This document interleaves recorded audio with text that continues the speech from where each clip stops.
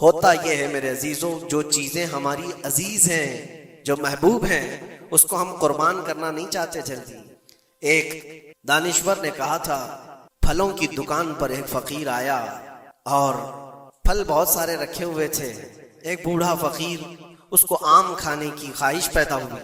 اس نے دکان والے سے کہا کہ مجھے اللہ کے نام پر کچھ دے دو۔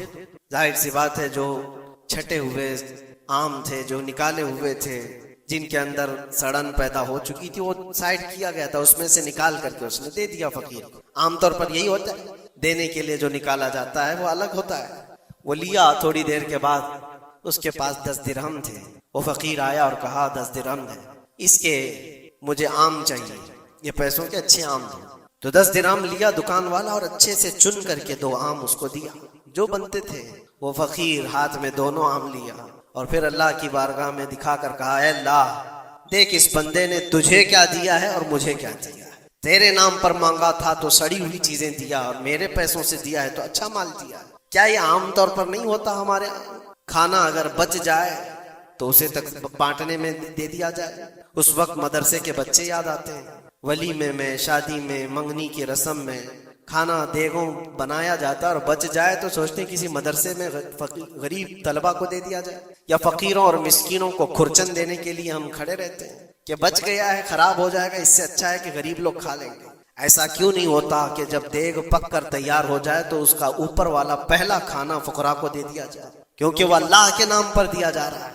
ہمارے اپنے کھانے سے پہلے غربا اور مساکین کا خیال کر لیا جائے۔ اسی لیے مجھے وہ بات یاد آتی ہے، رسول مکرم صلی اللہ تعالی علیہ وسلم کی عادت کریمہ تھی، جب آپ کے دسترخوان پر کوئی فقیر آتا تو اللہ کے نبی صلی اللہ علیہ وسلم کے دسترخوان پر جو کچھ ہوتا سب سے پہلے اس کو پیش کر دیتے۔ حضور پاک صلی اللہ علیہ وسلم رمضان کے مہینے میں دسترخوان پر بیٹھے ہوئے ہیں، ایک مسافر آیا بڑی دور سے، وہ حضور کو ملنے کے لیے آیا تھا۔ حضور پاک صلی اللہ علیہ وسلم اصحاب صفہ کے ساتھ، جو 70 صحابہ، غریب صحابہ حضور کے در پر پلتے تھے، ان کے ساتھ افطاری کر رہے تھے، اور ایک مسافر آیا، اس کو بلایا گیا، آ جاؤ دسترخوان پہ۔ 70 لوگوں کے بیچ میں دودھ کا ایک پیالہ تھا بس افطاری کے لیے، اور وہ جو مسافر آیا اس کو بٹھایا گیا، بڑا بھوکا تھا، اس سے کہا گیا، لو آپ تناول کرو، آپ دودھ پی لو۔ اس نے اٹھایا، کسی کا خیال ہی نہیں کیا، پورا دودھ پی گیا۔ اللہ کے نبی صلی اللہ علیہ وسلم نے مسکرا کر کہا، اللہ تیرا بھلا کرے، آتا ہے فقیروں پہ انہیں پیار کچھ ایسا، خود بھیک دیں اور خود کہیں منگتے کا بھلا ہو۔ ہماری پسندیدہ چیز اگر کوئی اٹھا لے تو پھر ہم آگ بگولا ہو جائیں۔ خاص طور پر اگر یہ آزمانا ہو تو رمضان میں افطار کے موقع پر دیکھیں، اپنے دسترخوان پر سے ہمارے سامنے کی چیز کوئی اور اٹھانے لگ جائے تو پارا چڑھ جاتا ہے، غصہ آنے لگتا ہے، ہم نہیں دینا چاہتے، وہ سارا اپنا جمع کر کے رکھا ہوا ہوتا ہے۔ یہی وہ امتحان ہے جو قرآن میں اللہ فرماتا ہے، اپنی پسندیدہ چیز جب تک تم اللہ کی بارگاہ میں نہیں قربان کرو گے اس کامیابی کو نہیں پہنچ سکتے۔ ہمارا دل چھوٹا ہے، اسی وقت اندازہ ہو جانا چاہیے کہ میرے دل میں وسعت کتنی ہے، کشادگی کتنی ہے۔ آزما کر کے دیکھ لینا، افطاری کے ٹائم پہ تھوڑا سا تمہارا شربت کوئی اٹھا لے یا کوئی فروٹ تمہارے ادھر سے ادھر کر دے دسترخوان پر۔ جھگڑے ہوتے ہیں بہت سارے، غصے میں آگ بگولا ہوتا ہے، لال پیلا ہوتا ہے، پتہ نہیں کیا کیا سنا دے گا۔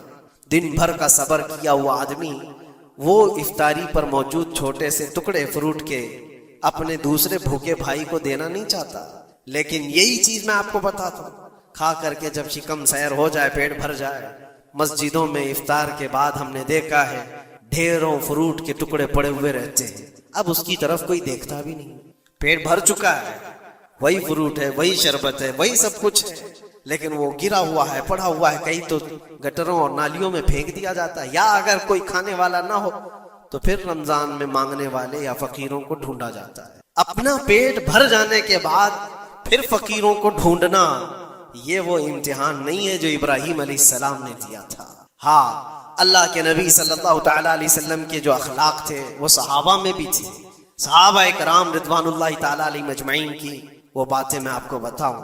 حضور پاک صلی اللہ علیہ وسلم کی بارگاہ میں ایک مہمان آتا ہے رات کے وقت، اور حضور صلی اللہ علیہ وسلم اپنے صحابہ میں فرماتے ہیں، ہے کوئی جو میرے مہمان کی مہمان نوازی کرے، اللہ اسے جنت سے کھانا کھلائے۔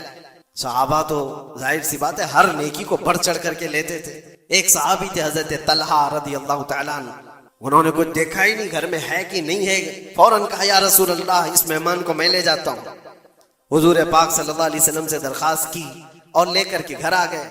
پتہ چلا بیوی کو نے کہا پہلے تو ہمارا خود کا ہی کھانا نہیں ہے، آپ مہمان بھی لے آئے.